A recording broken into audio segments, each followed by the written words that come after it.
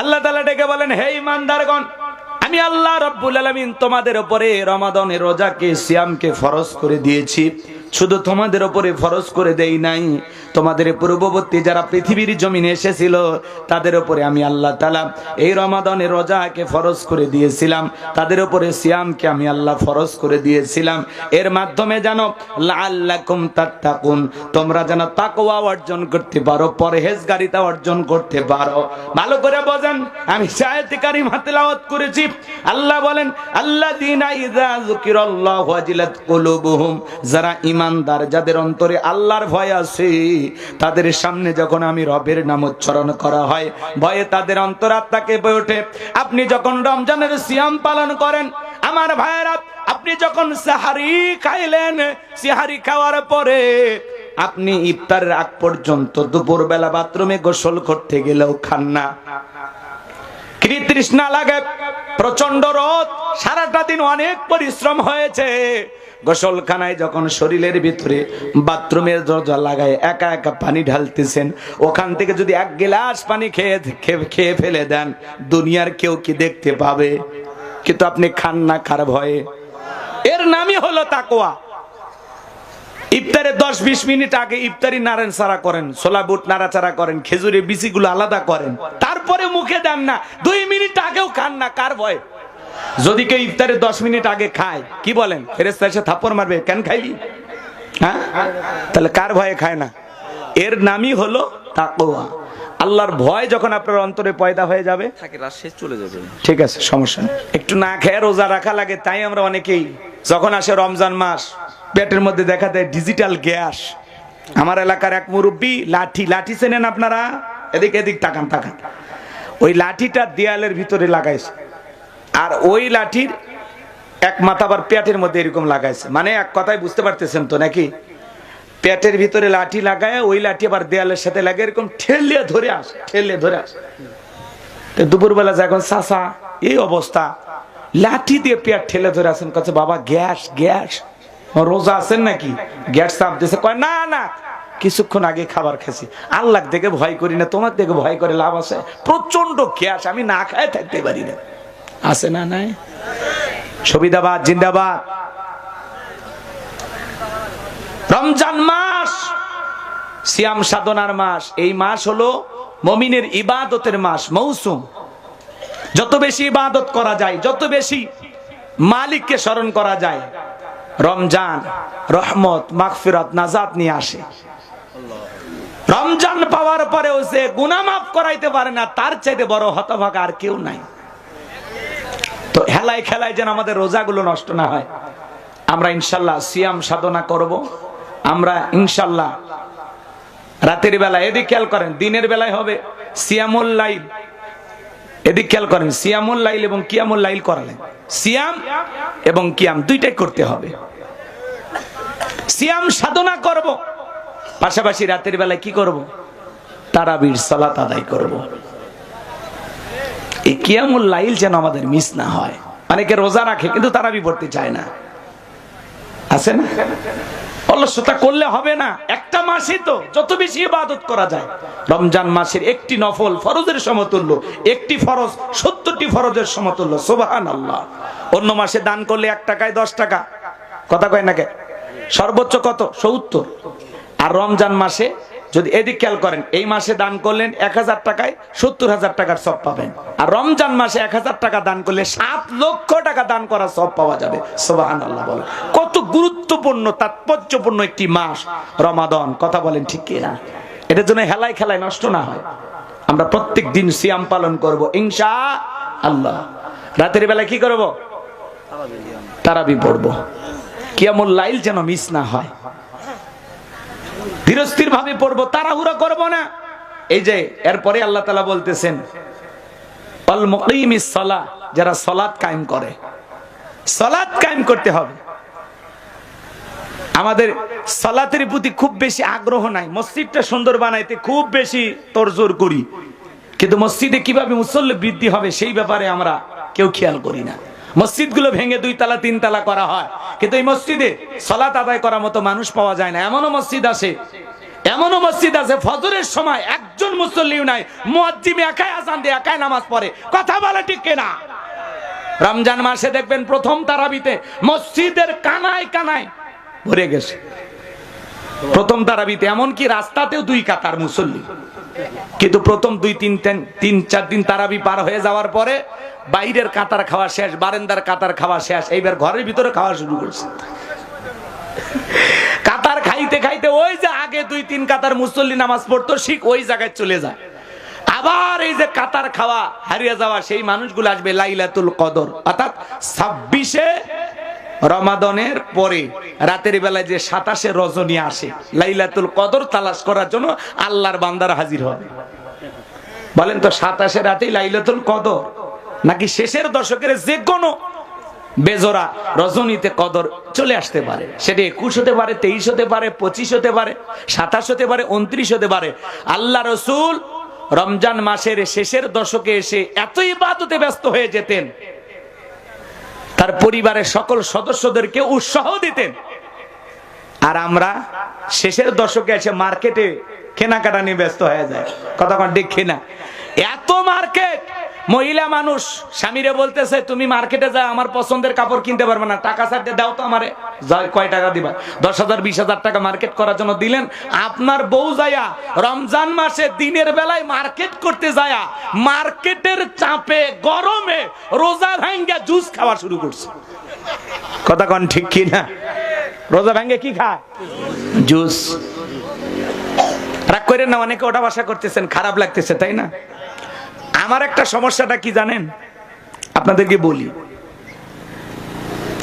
আমি তো আলোচনা করি, আপনারা তো জানেন, বেশ কয়েক বছর ধরিয়া কথা বলি, কিন্তু এত মানুষ পাইনি আজকে যত মানুষ পাইছি। এই জন্য আমার একটু সমস্যা, আমি চাইলেও আমার গতি বাড়াতে পারতেছি না, কেন জানি এলোমেলো হয়ে যাচ্ছে, খারাপ লাগে। তারপরে আমি সাজিয়ে গুছিয়ে কথাগুলো বলার চেষ্টা করতেছি। আপনারা কি কোনো কারণে কষ্ট পাচ্ছেন? তাহলে রমজান মাসে কি গ্যাসের বাহানায় দিনের বেলায় সিয়াম বাদ দেবেন? কথা বলেন, কথা বলেন। আহা, এই মাস কিন্তু আর পাবেন না। এই মাসে আল্লাহ তাআলা কোরআন নাজিল করেছেন, শাহরু রমাদান আল্লাযী উনজিলা ফীহিল কোরআন হুদাল লিন-নাস ওয়া বাইয়িনাতিম মিনাল হুদা ওয়াল ফুরকান। আল্লাহু আকবার বলেন। আল্লাহ তাআলা এই কোরআন কোন মাসে নাজিল করছে? জোরে বলেন, কোন মাসে? রমজান মাসে কোরআন নাজিল করেছেন। তাহলে আমাদের রমজান যেন হয় কোরআনময়। আমরা রমজানে বেশি বেশি কোরআন তেলাওয়াত করব, বলুন সুবহানাল্লাহ। আপনার স্ত্রী কোরআন তেলাওয়াত করবে, আপনার ছেলে মেয়ে কোরআন তেলাওয়াত করবে, আপনি রোজা থেকে কোরআন তেলাওয়াত করবেন। অনেকে বলে হুজুর রোজা থেকে টিভি দেখা যায়? ফতুয়া শুনতে আসে। আচ্ছা বলেন তো আপনাদেরকে কি বলে বুঝাবো? কয় হুজুর সারাদিন না খেয়ে থাকা তো, কাজ কাম থাকে না, তো সময়টা কিভাবে কাটবে? আমরা টেলিভিশন দেখে কাটাবো। এটা একটা মানুষ বলতে পারে? হ্যাঁ হ্যাঁ, এখন টেলিভিশন দেখার যে অনুমতি দিবেন, ও কি দেখবে না দেখবে তার গ্যারান্টি আছে? হ্যাঁ, এখন যে জামানা পড়ছে, ভালো জিনিস দেখতে গেলে উল্টাপাল্টা এসে হাজির হয়ে যায়। অমুক ব্লেটে সেভ করে, কি যে আরাম সেভ করে পুরুষ মানুষ, আর মহিলা মানুষ এসে ব্লেটে রেয়াত করে। কথা কয় না? রাগ করেন। অর্ধলঙ্গ নারী পোশাক পরে সাবান ঘুষতেছে আর বলতেছে অমুক সাবানে সেভ করে, মানে গোসল করে কি যে শান্তি, ফর্সা হয়ে যাবেন, সুন্দর হয়ে যাবেন। বড় বড় বিলবোর্ড দেখবেন রাস্তাঘাটে ঝুলানো আছে। চাচা দেখছেন না? অনেকে দেখছেন না? মেয়ের শরীরে কোনো পোশাক নাই, পুকুরের মধ্যে নামে গোসল করতেছে, সাবানটা ধইরে আছে, সেই ছবি বিলবোর্ডে দিয়ে দিয়েছে। নারীদেরকে আজকে পণ্য হিসাবে ব্যবহার করা হচ্ছে। কথা বলেন ঠিক কিনা? এই জন্য এই মিডিয়ার যুগে নারীদেরকে বেশি অশ্লীল ভাবে উপস্থাপন করা হচ্ছে। কথা বলেন ঠিক কিনা? রাগ করেন না, রাগ করেন না, এদিকে খেয়াল করে। রোজা থেকে কাজ নাই, কোরআন তেলাওয়াত করেন, কোরআনের অর্থগুলো বোঝেন, আল্লাহ কি বলেছেন কোরআনে, আসেন পড়েন, সময় কাটে না। শপথ গ্রহণ করেন যে এই রমজান মাসে প্রত্যেক দিন আমি যেন কোরআন তেলাওয়াত করি, এমন কোন দিন যেন না মিস হয় যেদিন আমি কোরআন পড়িনি। কোরআন পড়বো এবং তেলাওয়াত করে সে অর্থগুলো জানবো, বোঝার চেষ্টা করব। আল্লাহ যেন আমাদের সঠিক বুঝ দান করেন, জোরে বলুন আমিন। রমজান মাসে বেশি বেশি করে নেক আমল করব, আমল যেন আমরা না ছাড়ি, বেশি বেশি করে নেক আমল করব। একজন রোজাদারকে যদি রমজান মাসে ইফতারি করাইতে পারেন, একটি রোজা রাখার সওয়াব আল্লাহ তাআলা আপনার আমল নামায় দান করবেন, বলুন সুবহানাল্লাহ। সাহাবীরা বললেন, হুজুর সবার তো আর ইফতারি করানোর সামর্থ্য থাকে না। আল্লাহ রাসূল বলেছেন, এক ঢোক পানি অথবা একটা খেজুর অথবা এক পেয়ালা দুধ দিয়েও যদি কাউরে ইফতারি করাইতে পারো, তারপরে পরিপূর্ণ একটি রোজার সব আল্লাহ তাআলা তোমাদের আমলনামায় লিখে দেবে। বলুন সুবহানাল্লাহ। আগেকার মুরব্বীরা ছিল, ওরা বলে, হ্যাঁ সারাদিন রোজা রাখে অন্য মানুষের বাড়িতে যাই ইফতারি করিয়ে তারে রোজা দিয়ে আসবো। এরকম ভাববেন না, এরকম ভাববেন না, এটা হলো বোকামি। এটা কি বোকামি? আপনি যদি অন্য কারো দাওয়াতে গিয়ে ইফতারি করেন, তাহলে সেই ব্যক্তি একটা রোজার সওয়াব পাবে, আপনার রোজার সওয়াবের কোনো কমতি হবে না। সুবহানাল্লাহ বলেন। রোজা থেকে মিথ্যা কথা বলা যাবে না, রোজা থেকে ঝগড়া করা যাবে না। কেউ যদি ঝগড়া করতেও আসে, আপনি বলবেন, ভাই আমি রোজাদার। কি বলবেন? আমি রোজাদার, আমি ঝগড়া করতে পারবো না। মাগরিবের আজান দিক, তারপরে লাগবেন। ইনি আর এক সালাক, মাগরিবের পরে আসিস নাকি? ঠিক আছে, তাও ঝগড়া করবেন নাকি?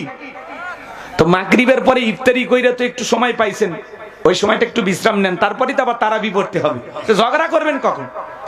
ঝগড়া করতে গেলে তো তারাবি মিস হয়ে যাবে। কথা কোন ঠিক কি না? আর রমজান মাসে এই যে তারাবির প্রতিযোগিতা অনেক জায়গায়, বাপরে বাপ, 20 মিনিটে 20 রাকাত শেষ। এই নামাজ পড়ে কি নামাজ হবে ভাই? তামাশা করা যাবে না। সালাত আদায় করবেন ধীরস্থির ভাবে, বিশ্রামের সহিত। আল্লাহ যেন আমাদের হেদায়েত দান করেন। একটু জোরে বলেন আমিন। তাহলে রোজাদারকে আমরা বেশি বেশি কি করাবো? ইফতারি করাবো। আরে কোন রোজাদার ভাই যেন কষ্ট না পায়, এই দিকটা আমি খেয়াল রাখবো। কথা বলেন না কেন? রমজান মাসে সাহাবা ইকরাম ব্যবসা বাণিজ্য কমায়া দিতেন, যাতে বেশি করে ইবাদতের মাধ্যমে রমজান মাস কাটাইতে পারেন। আর আমরা রমজান মাসে ব্যবসায়িক প্রস্তুতি আরো বেশি নিই। কথা বলেন না কেন? এই জন্য ভাইয়েরা আমার, রমাদান মাস আমরা ইবাদতের মাধ্যমে কাটাবো। প্রত্যেকটা জিনিসের যেমন ফসলের মৌসুম থাকে, মুমিনের ইবাদতের মৌসুম হলো রমাদান মাস। এই জন্য এই মাসে বেশি বেশি ইবাদত বندگির মাধ্যমে কাটাবো। ইফতারিতে খেজুর খাবেন, সেহারিতে খেজুর খাবেন, খেজুর যেন মিস না হয়। কথা বলেন না কেন? খাওয়া কি সুন্নাহ? খাবো ইনশাআল্লাহ। শুধু এদিকে খেয়াল করেন, শুধুমাত্র ইফতারিতে খেজুর খাওয়া সুন্নাহ না, সেহারিতেও খেজুর খাবেন। আল্লাহ যেন আমাদের হেদায়েত দান করেন এবং এই কথাগুলো আমরা বুঝে যেন আমল করতে পারি। আর শুধুমাত্র একাই বস্তাবন্দি করে পুরো বাড়ি ভরাই না, আশেপাশে একটু জনগণকে দিন কিছু ইনশাআল্লাহ দিয়ে খাবেন। আর আমরা বাংলাদেশের সমস্ত ব্যবসায়ী ভাইদের উদ্দেশ্যে বলতে চাই, দ্রব্যমূল্যের বাজারে আগুন লাগাবেন না, এই বাজারকে অস্থিতিশীল করে তুলবেন না। প্রত্যেকটা দেশে রমজান মাসে জিনিসপত্রের দাম কমায় দেয়, আর বাংলাদেশের অসাধু ব্যবসায়ীরা রমজান মাসে জিনিসের দাম বাড়ায় দেয়। কথা বলে ঠিক কিনা? যারা এই জনগণের উপরে জুলুম করে 5-10 টাকা এইভাবে ইনকাম করে কোটি টাকার পাহাড় করে, মনে রাখবেন কিয়ামতের ময়দানে আল্লাহ তাআলা চোরের কাতারে ওদেরকে দাঁড় করাবে। কথা বলেন ঠিক কিনা? এজন্য রমজান মাসে ব্যবসায়ী ভাইদেরকে বলবো, জুলুম করবেন না, সিন্ডিকেট ভেঙে নেন, মানুষকে ভালোবাসেন। রমজান মাসে গরিব দুঃখী সমস্ত মানুষ যেন সিয়াম সাধনার মাধ্যমে একটি মাস ইবাদতের মাধ্যমে কাটাইতে পারে। প্রতিবেশীদের খোঁজ খবর নেবেন, তারা খাইছে কিনা, তারা সিয়ারি খাইতে পারলো কিনা, ইফতারি করতে পারলো কিনা, একটু খোঁজ খবর নেবেন। ইনশাআল্লাহ আল্লাহ কবুল করুন। জোরে বলুন আমিন। ওয়াল মুকিমিস সালাত, সালাত কায়েম করব, পরিবারের সবাইকে নামাজি বানাবো ইনশাআল্লাহ। একটা পরিবারের 6 জন সদস্য সবাই যদি নামাজ পড়ে, ভালো লাগে না খারাপ লাগে? তাহলে পরিবারের সবাইকে নিয়ে সালাত আদায় করবেন। কারা কারা একটু হাত তুলে দেখান। আল্লাহ আমাদের পরিবারের সকল সদস্যদেরকে নামাজি বানায় দেন, আমরাও নামাজি হব ইনশাআল্লাহ। ওয়া মিম্মা রাযাকনাহুম ইনফিকুন, আল্লাহ বলেন আমি যে রিজিক দিয়েছি নিজেও খাও, আমার রাস্তায় ব্যয় করো। কথা কয় না? আল্লাহ যে সম্পদ দিয়েছেন, যতটুকু রিজিক দিয়েছেন, নিজেও খাবো, আল্লাহ রাস্তায় ব্যয় করব। আচ্ছা বলেন তো, রমজান মাস আমাদের আসতেছে, এই জন্য মুমিনেরা খুশি না বেজার? বলেন, মুমিনেরা খুশি, মুমিন খুশি। রমজান মাস এমন একটি মাস যে মাসে আল্লাহ তাআলা শয়তানকে শিকল দিয়ে বাঁধে। এরপরে অনেকে বলে হুজুর শয়তানি তো কমে না। শোনেন, গাড়ির যদি গতি থাকে, গাড়িটা স্লো করতে গেলে, থামাইতে গেলেও তো কিছু দূর দৌড়ে যায় না, একটু আগায় যায় না, কয়েক হাত সামনে যায় কিনা বলেন? তো শয়তান 11 মাস কাটিয়ে দিয়েছে, শয়তানের ওয়াসওয়াসায় 11 মাস চলেছেন। তো হঠাৎ করে রমজান মাসে শয়তানকে শিকল দিয়ে বন্দী করলেও মানব রূপী কিছু শয়তান থেকেই যায়। কথা কয় না কে? দেখবেন একটা অমুসলিম মুসলমানের সামনে রমজান মাসে বিড়ি খাওয়ার সাহস পায় না। বলা হয় দাদা আপনি তো রোজা নাই, আপনি তো অমুসলিম, খেয়ে নেন, সমস্যা নাই। বলে না ভাই, আপনারা মুসলমান রোজা রেখেছেন, আপনার সামনে আমি বিড়ি টানতে পারবো না। আর এমনও মুসলমান আছে, মুসলমান বলে দাবি করে, সিএনজিতে চলে যায়, অটোতে চলে যায়, দিনের বেলায় প্রকাশে বিড়ি সিগারেট টানতে টানতে যায়। আছে না নাই?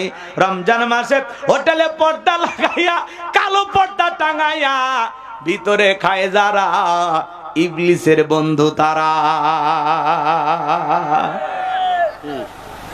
হোটেলে পর্দা লাগাবে, দেখবেন প্রথম রমজান থেকে প্রত্যেকটা হোটেলে হোটেলে পর্দা শুরু হয়ে গেছে।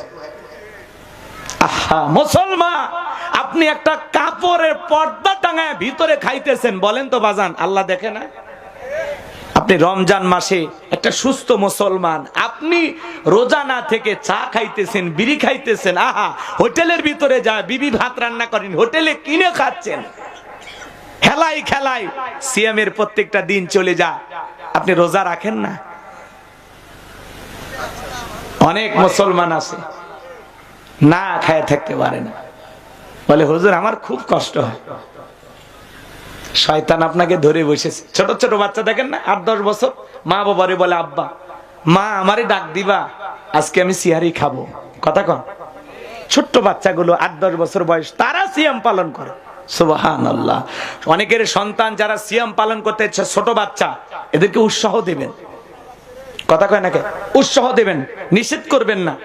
অনেক মা আছে খুব দরদ দেখে, না না কেবল 8-10 বছর বয়স, 12-14 বছর, এইবার পরীক্ষা দেবে, দরকার নাই রোজা থাকার, আছে না?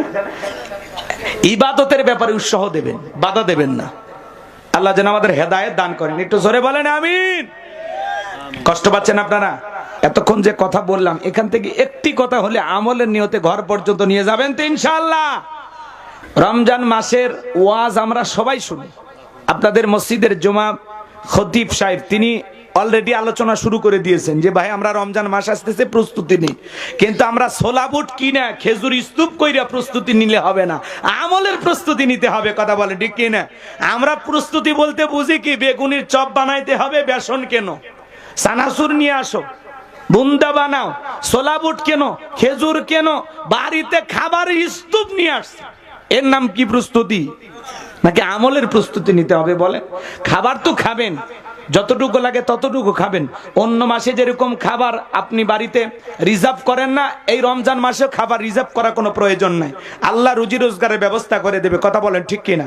যতটুকু প্রয়োজন ততটুকু বাজার থেকে কিনবেন। এই বেশি কিনতে গেলে বাজারে কি হয়, একটা হাহাকার সৃষ্টি হয়। আর ওই ডাকাত ব্যবসায়ীরা এই সুযোগে আপনার আমার গলা কেটে নেয়। কথা কন ঠিক কিনা?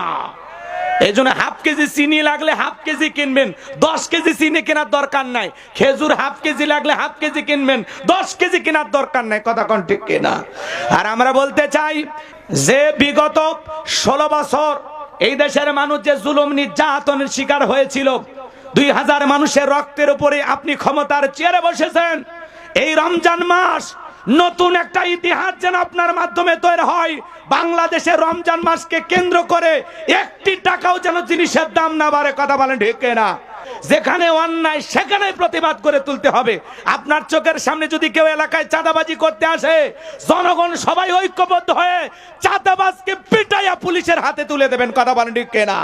নতুন বাংলাদেশে কোনো চাঁদাবাজি চলবে? কথা বলেন না কেন? বারবার রক্ত দিয়া এর মজা ওরা নেবে, এটা হবে না। স্বাধীনভাবে আমরা বাঁচতে চাই, স্বাধীনভাবে কথা বলতে চাই। বিভিন্ন মাহফিলে ওলামা ইকরামদেরকে বাধা দেওয়া হচ্ছে। আমাকে বারবার বলা হচ্ছে হুজুর বিগত সরকার চলে গেছে, এই বিষয়ে কোনো কথা বলবেন না, কোনো কথা বলা যাবে না। এ হয়েছে সে হয়েছে, এ বলবেন না ওই বলবেন না, রাজনীতির কোনো কথা বলবেন না। আচ্ছা বলেন তো, আমরা কি এই স্বাধীনতা পেলাম? আমাদের বাক স্বাধীনতা থাকবে না? আলেমেরা বলবে, আরে ভাই বলতে তো দেবেন। সমস্যাটা কোথায়? মানা না মানা সেটা আপনার পরেকার বিষয়। এই জমিনে যদি আল্লাহর আইন চালু হয়, বলেন তো খালি কি মুসলমানেরা শান্তি থাকবে নাকি সকল ধর্মের মানুষেরা শান্তি থাকবে? কথা বলেন না কেন? এখন অমুসলিমেরা পর্যন্ত চায় যে এই দেশে আল্লাহর আইন চালু হোক, কোরআন সুন্নাহর নিয়ম নীতি প্রতিষ্ঠিত হোক। কথা বলে ঠিক কিনা? এই জমিনে আল্লাহর আইন চালু হোক। কারা কারা চান একটু হাত তুলে দেখান তো। লিল্লাহে তাকবীর। জমিন যার আইন চলবে সে আল্লাহর কথা বলেন ঠিক কিনা? ওই দুর্নীতিবাজদেরকে দেখতে চাই না। একটা দেশের প্রধানমন্ত্রী থেকে শুরু করে এমপি মন্ত্রী, আমলা কামলা, নায়ক গায়ক সবাই পালিয়ে গেছে, কেউ নাই। কথা কন। আমরা বারবার বললাম ম্যাডাম পদত্যাগ করেন। আল্লাহ বলে কিসের পদত্যাগ? এরা যে অন্যায় অপরাধ করেছে, শুধু পদত্যাগ না, আমি আল্লাহ এদেরকে দেশ ত্যাগ করতে বাধ্য করব। কথা বলেন ঠিক কি না? ইন্না বাতশা রাব্বিকা লাশাদীদ। আল্লাহর পাকড়াও বড় কঠিন। আল্লাহ ধরে ধরে না, যেদিন ধরবে মামু বাড়ি দিল্লি গিয়ে পড়বে। কথা কন ঠিক কি না? আজ কয়েক মাস হয়ে গেল পাগলিটা চলে গেছে। মাঝে মাঝে ফোন দেয়, আমাদের খবর নাই, বলে দেশের কাছে এসে চট করে ঢুকবো। ঢুকবেনই তো বের হলেন কেন? আর যদি ঢুকতেই মনে চায় বলার দরকার নাই। যাওয়ার আগে বলে যাননি, আসার আগেও বলার কোনো দরকার নাই।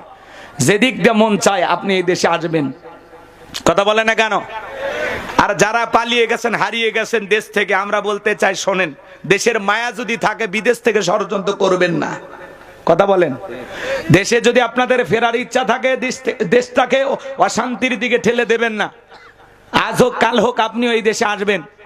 আর যিনি চলে গেছেন মাননীয় প্রধানমন্ত্রী, সাবেক প্রধানমন্ত্রী, উনি মাঝে মাঝে আসতে চায়। আমরা কি আসতে মানা করব? না। সামনে রমজান, উনি আসে এই দেশে ঈদ করুক। কি কয়? আমি তো তাই বলবো যে সামনে রমজান মাস, ওই দেশে কি ইফতারি খাবে না খাবে, এই দেশে আসুক তো ভাই। কথা কন নাকি আপনারা? হ্যাঁ, আপনি আসেন, আপনি আসেন, যেই দিক দিয়ে মন চাই দেশে আসেন। ববু আই বাপ তুমি আই বাহাগো, সেই দিন আইসা বুবু চিয়ার পাই বাহানা। খোঁজ নাই বহু কাদের কাকার, অবস্থা খারাপ পরবেশ বাবার, হাউ নাঙ্কেল এখন সামনে আসে না। নেতা কর্মী সব জেলের ভিতর, আমি আসি ডরের ওপর, কখন জানি আসে গ্রেপ্তারি পরোয়ানা। ববু আইবা তুমি আইবা গো, সেই দিন আইসা বুবু চিয়ার পাই বাহানা। ক্ষমতার চেয়ার থেকে নামা সহজ, কিন্তু এই চেয়ারে ওঠা কঠিন। কথা বলে ঠিক না? আর আগামীতে আমরা সিদ্ধান্ত নিতে চাই, এই দেশে যেই দলেরই হোক পুরুষ প্রধানমন্ত্রী চাই। পুরুষ চান কারা কারা একটু হাত তুলে দেখান তো। লিল্লাহে তাকবীর। হাত নামান। ভালো মানুষের সাথে ওটা বাসা করবেন, আপনি ভালো হবেন। এক কৃপণের গল্প আমি করতাম, আজকে 1 মিনিটে বলে দিয়ে যায়। যেহেতু কয়েকজন মানুষ আলহামদুলিল্লাহ আমার কথা ধৈর্য নিয়ে শুনতেছেন, আপনাদের ভালোবাসার কারণে এই কথা বলতেছে। শোনেন, এক ধনী বেচারা অনেক টাকা, কিন্তু এমন একটা অসুস্থ, তার ব্লাড লাগবে, কিন্তু কারোর সাথে রক্তের গ্রুপ মিলে না। এক কৃপণের সাথে কোন অবস্থায় মিলে গেছে। তো এই কৃপণকে যা বলতেছে, ভাই একটু রক্ত দেওয়া লাগবে। কৃপণ বলতেছে, আমি ঠিক মতো ভাতই খাই না, আমি রক্ত দেওয়ার মানুষ। তোরে জোর করে নিয়ে গেছে হাসপাতালে, নিয়ে যায় 3 ব্যাগ রক্ত নিছে। নেওয়ার পরে ধনী বেচারা 3 লাখ টাকার চেক লিখে দিয়েছে। কয় লাখ? 3 লাখ টাকার চেক পাওয়ার পরে কৃপণ বলতেছে, ভাই এটা কি? কয় 3 লাখ টাকার চেক। কয় আরো 3 ব্যাগ নেন। কয় আপাতত নেওয়ার দরকার নাই, যেদিন লাগবে তোমারে খবর দেওয়া হবে। কয়েক মাস পর আবারও ধনী বেচারা রক্তের প্রয়োজন হলো। কৃপণের কাছে ফোন দিল, হ্যালো কৃপণ ভাই, একটু রক্ত চাই। কয় কোন হাসপাতাল? কয় নওগাঁ মান্দা শেফালি হসপিটাল। কয় আপনি থাকেন, আমি আসতেছি। ধনী বেচারা হাসপাতালে পৌঁছার আগে কৃপণ হাসপাতালের বেডে শুয়ে 3 ব্যাগ রক্ত দেওয়া শেষ। এবার বসে আছে টাকা নেওয়ার জন্য। ধনীর সাথে দেখা, ভাই কি অবস্থা? বলতেছে, ভাই দেন, দিলে তো যাই। তখন ওই ধনী বেচারা পকেট থেকে 10 টাকা বার করছে। 2 টাকার নোট 5টা, তার 3টাই সেরা, 2টা কোনো মতে মাথা সোজা করে দাঁড়িয়ে আছে। এই 10 টাকা পাওয়ার পরে বলতেছে, ভাই এটা কি? কোচে যে রক্ত দেওয়ার বিল। তখন বলছে, ভাই আগের বার রক্ত দিলাম 3 ব্যাগে 3 লাখ, আর এই 3 ব্যাগে মাত্র 10 টাকা। তখন বলছে, দোষ আমার না, দোষ তো। কে? আগে আমি ধনী ছিলাম, মনটাও বড় ছিলাম। তুই কৃপণ, তোর রক্তে ভেজাল। যেদিন থেকে তোর রক্ত আমার শরীরের ভিতরে ঢুকেছে, সেদিন থেকে আমি নিজেও কৃপণ হয়ে গেছি। কথা কন ঠিক কি না? এই জন্য নামাজির সাথে ওঠা বসা করলে আপনি নামাজি হবেন, রোজাদারের সাথে ওঠা বসা করলে আপনি রোজাদার হবেন, নেককার আল্লাহওয়ালার সাথে ওঠা বসা করলে আপনি আল্লাহওয়ালা হবেন, দাড়িওয়ালার সাথে ওঠা বসা করলে আপনিও দাড়িওয়ালা হবেন। কথা বলেন না কেন? ভালো মানুষের সাথে ওঠা বসা করলে আপনি ভালো হবেন। গাজারু, মাদারু, জুয়ারু, বেনামাজি, বেরোজাদার, হারামখোর, লুচ্চা, বদমাইশ, এদের সাথে ওটা বাসা করলে আপনিও তাই হবে। এই জন্য ভালো বন্ধুত্ব করেন ভালো লোকের সাথে। সুদ করে সাথে ওটা বাসা করলে আপনাকে সুদ খিলে ছেড়ে দিন। কথা কয় না? বলবে দোস্ত তোর তো টাকা আছে, আমার এভাবে লাভ হচ্ছে, তখন বলবে তাই নাকি ভালো। হ্যাঁ, এই জন্য মানুষের সাথে চিনে বুঝে শুনে পথ চলা লাগবে। সৎযোগ্য মানুষকে সমাজের নেতা বানাইতে হবে। কথা বলেন না কেন? রাগ করেন? সেদিন তারা কি বলবে জানেন? কিয়ামতের ময়দানে তারা বলবে ওয়াকালু রব্বানা ইন্না আতানা সাদাতানা ওয়া কুবারানা ফাআদাল্লুনা সাবিলা। হে আমাদের রব, আমরা দুনিয়াতে নেতাদের কথা মানতাম, বড়দের কথা মানতাম, ওরা আমাদেরকে পথভ্রষ্ট করে গোমরাহি বানায় মিসগাইড করে জাহান্নামে নিয়ে আসছে। তখন তারা বলবে রব্বানা আতিহিম দিফাইনি মিনাল আযাব ওয়াল আনহুম লানান কাবীরা। আল্লাহ, যেই নেতার কারণে যেই মুরব্বির কারণে আমরা জাহান্নামে এসেছি, আমাদের চাইতে তাদের আযাব আপনি দ্বিগুণ করেন। ফেরেশতারা যদি আমাদেরকে 10 ঘন্টা পিটায়, ওরে যেন 20 ঘন্টা পিটায়। এই সেই নেতা যেই নেতার কারণে আমি জাহান্নামে আসছি। এই জন্য সমাজের নেতা সৎ যোগ্য ভালো নেককারের পেছনে দৌড়াদৌড়ি ছোটাছুটি করবেন। যে নেতা তার কর্মীদেরকে নিয়ে সালাত আদায় করে। কথা কন না কে? রাগ করেন? যেই নেতা নিজে তার কর্মীদেরকে বলে শোনা, আমার নাম বলে কোথাও 10 টাকা চাঁদাবাজি করবি না, লাগলে 10 টাকা আমি তোরে খাওয়াবো, কিন্তু আমার নাম ভাঙে কোথাও 100 টাকা 10 টাকাও চাঁদাবাজি করবি না। এরা হলো নেতা। এজন্য সৎ যোগ্য নামাজি নেককার আল্লাহওয়ালা ভালো মানুষের দরকার আছে না নাই? মনে রাখবেন, আপনি যদি 1 নাম্বার হন, আপনার নেতাও 1 নাম্বার হবে। জনগণ যেমন নেতা হবে তেমন। আপনি 2 নাম্বার, নেতাও 2 নাম্বার। আপনি সিটার, নেতা হবে বিশ্ব সিটার। কথা কন? এজন্য ভালো হয়ে যান। খালি বিড়ি খায় স্লোগান দেন না। বল্টু ভাইয়ের চরিত্র ফুলের মতো পবিত্র, নামাজ পড়া 1 ওয়াক্ত, গাঁজা খাই 5 ওয়াক্ত, ঘুমচুরিতে পাকাপোক্ত, শয়তানের 1 নাম্বার ভক্ত, হুজুরদের জন্য খুবই শক্ত, চুষে খাই গরিবের রক্ত। পোস্টারে লেখা থাকে গরিবের বন্ধু, ভোট দিয়ে দেখেন গরিবের কয় নাম্বার শত্রু। পোস্টারের নিচে লেখা থাকে সেবা করার সুযোগ দিন, সেবার নামে জনগণের পকেট ডাকাতি করে। কথা কি আছে আমার ভাইয়েরা? যে কথা বলতে যাচ্ছিলাম বাজান, এই জন্য দুর্নীতিবাজ, অসৎ, চাঁদাবাজ, টেন্ডারবাজ এই সমস্ত মানুষদেরকে সমাজের নেতা বানাবো না। শুধুমাত্র মোচ আর ভুঁড়ি দেখে নেতা বানাইলে হবে না। আদর্শ মানুষদেরকে সমাজের নেতা বানাইতে হবে, যেই নেতা আপনাকে জান্নাতের রাস্তায় পরিচালিত করবে।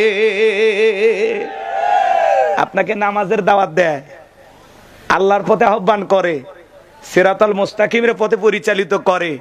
কথা কয় না কেন? এমন মানুষের সাথে ওটা বাসা করেন। ওই যে উদাহরণ দিয়ে বুঝে দিছি তো নাকি? কেউ যদি সিনেমা দেখে, ওর সাথে ওটা বাসা করলে আপনাকে একদিন নিয়ে যায় সিনেমা দেখাবে।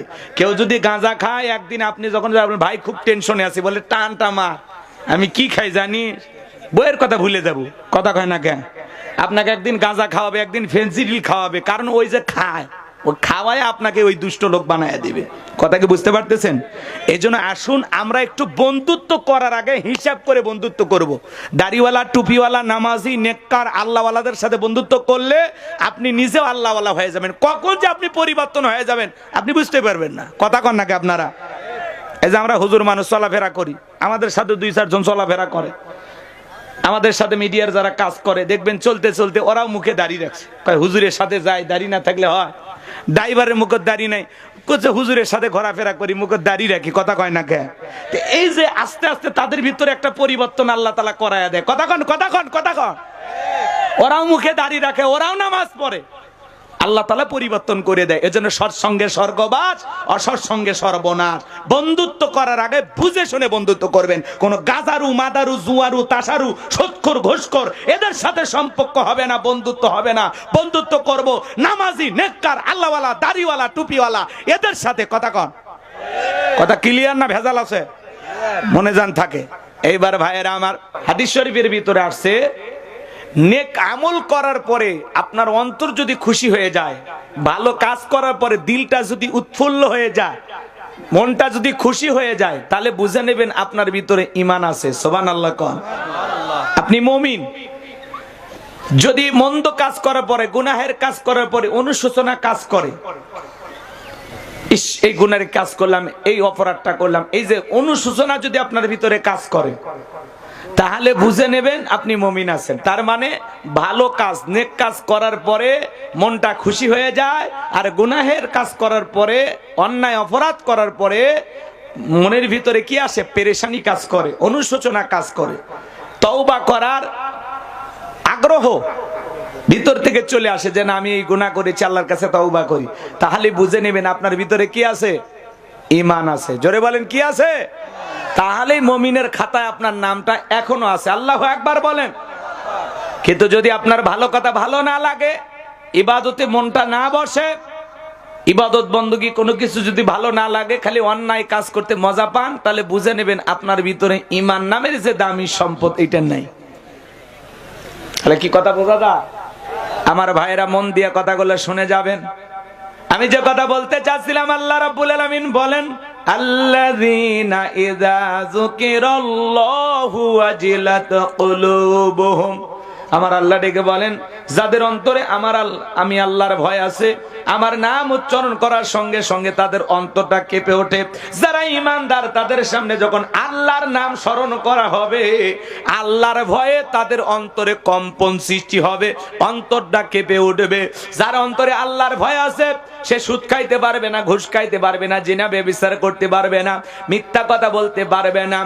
যার অন্তরে আল্লাহর ভয় আছে, জমিরাল ঠেলতে পারবে না, খাদ্যে ভেজাল দিতে পারবে না, ওজনে কম দিতে পারবে না।